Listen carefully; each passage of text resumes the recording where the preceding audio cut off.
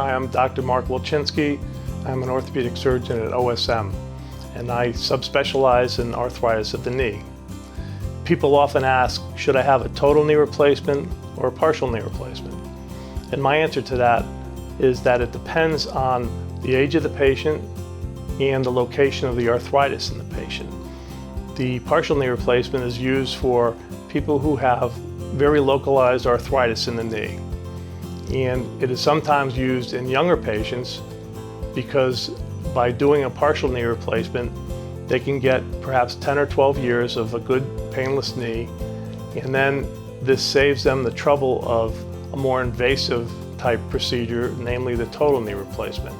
In addition, a partial knee replacement can be done as an outpatient these days. On the other hand, when the arthritis is very severe, and especially if patients have deformity and or if they're older, then the total knee replacement is the proper procedure. And that's a more invasive procedure, but it is more long-lasting than a partial knee replacement.